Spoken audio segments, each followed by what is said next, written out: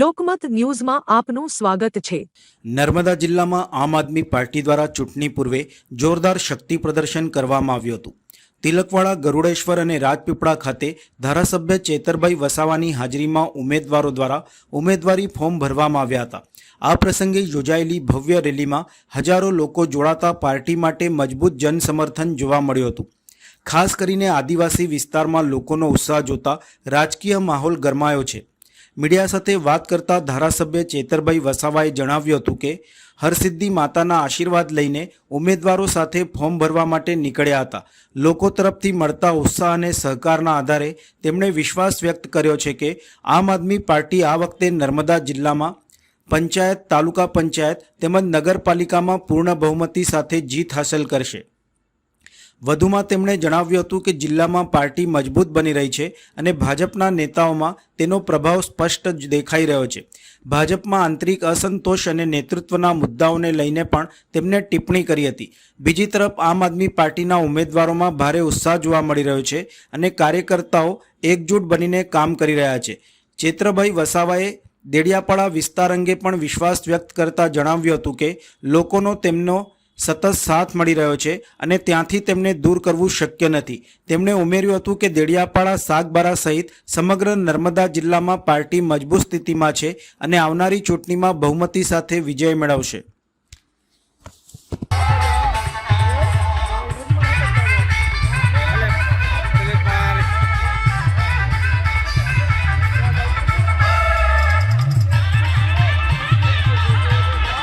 આજે રાજપીપળા હરસિદ્ધિ માતાના આશીર્વાદ લઈને તાલુકા પંચાયત, જિલ્લા પંચાયત અને નગરપાલિકાના ઉમેદવારોના ફોર્મ ભરવા માટે અમે જઈ રહ્યા છે।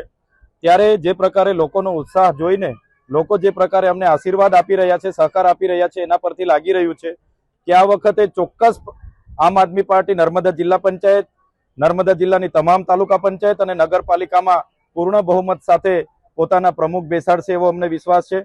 જે પ્રકારે આમ આદમી પાર્ટી નર્મદા જિલ્લામાં આગળ વધી રહી છે એને જોઈને ભાજપના નેતાઓ પણ ઘણા નિવેદનો આપ્યા છે કે ભાજપની સામે આ વખતે આમ આદમી પાર્ટી મજબૂત છે અને એનો ડર ભાજપના નેતાઓને પણ આજે સતાવી રહ્યો છે। નગરપાલિકાઓમાં કેટલા ઉમેદવારો?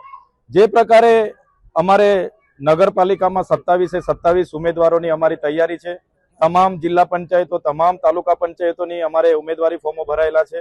ત્યારે ચોક્કસ પ્રમાણે અમે માનીએ છીએ જે પ્રકારે અમારા ઉમેદવારોમાં ઉત્સાહ છે અને લોકોનો સહકાર મળે છે ત્યારે એ વિજય તરફ અમે વધીશું અને પૂર્ણ બહુમતી સાથે તમામ બેઠકો અમે જીતીશું। કોંગ્રેસના ઉમેદવારો પણ નથી મળતા। આજે જોયું હશે તમે, શરૂઆતમાં કોંગ્રેસ અને ભાજપ સાથે મળીને અહીંયા રાજ કરતા હતા।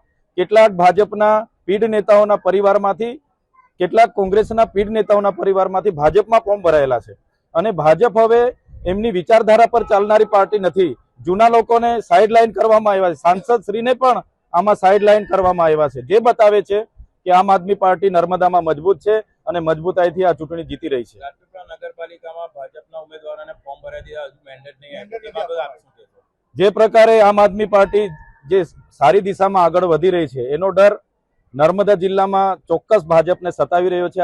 હમણાં પણ આજે છેલ્લો દિવસ છે અને 12 વાગ્યા છે છતાં પણ આજે ઉમેદવારો ડિક્લેર નથી કર્યા। એ જ બતાવે છે કે આમ આદમી પાર્ટી મજબૂત છે અને ભાજપ આમ આદમી પાર્ટીથી ડરી ગઈ છે। આજે તમારા કાયદાકીય સલાહકાર, તમારા જેલવાસ વખતના હરીસિંહ વસાવાએ કોંગ્રેસમાંથી ઉમેદવારી કરવાની।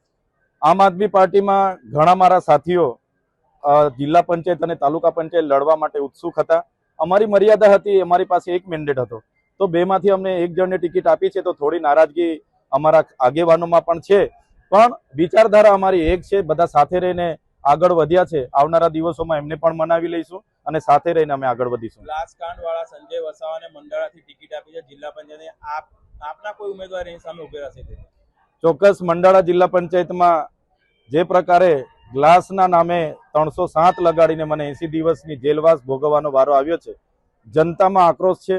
આજે પણ ડેડિયાપાડામાં મને પ્રવેશબંધી ફરમાવી છે, ત્યારે ભલે મને ડેડિયાપાડાથી બહાર કાઢવામાં આવ્યા છે પણ અમે ડેડિયાપાડાના લોકોના દિલમાં વસીએ છીએ, ત્યાંથી બહાર નહીં કાઢી શકે અને ડેડિયાપાડા, સાગબારા, ચિગદા તાલુકા પંચાયત પૂર્ણ બહુમતીથી અમારી બને છે અને ડેડિયાપાડા વિધાનસભાની 11 જિલ્લા પંચાયત આમ આદમી પાર્ટી જીતે છે।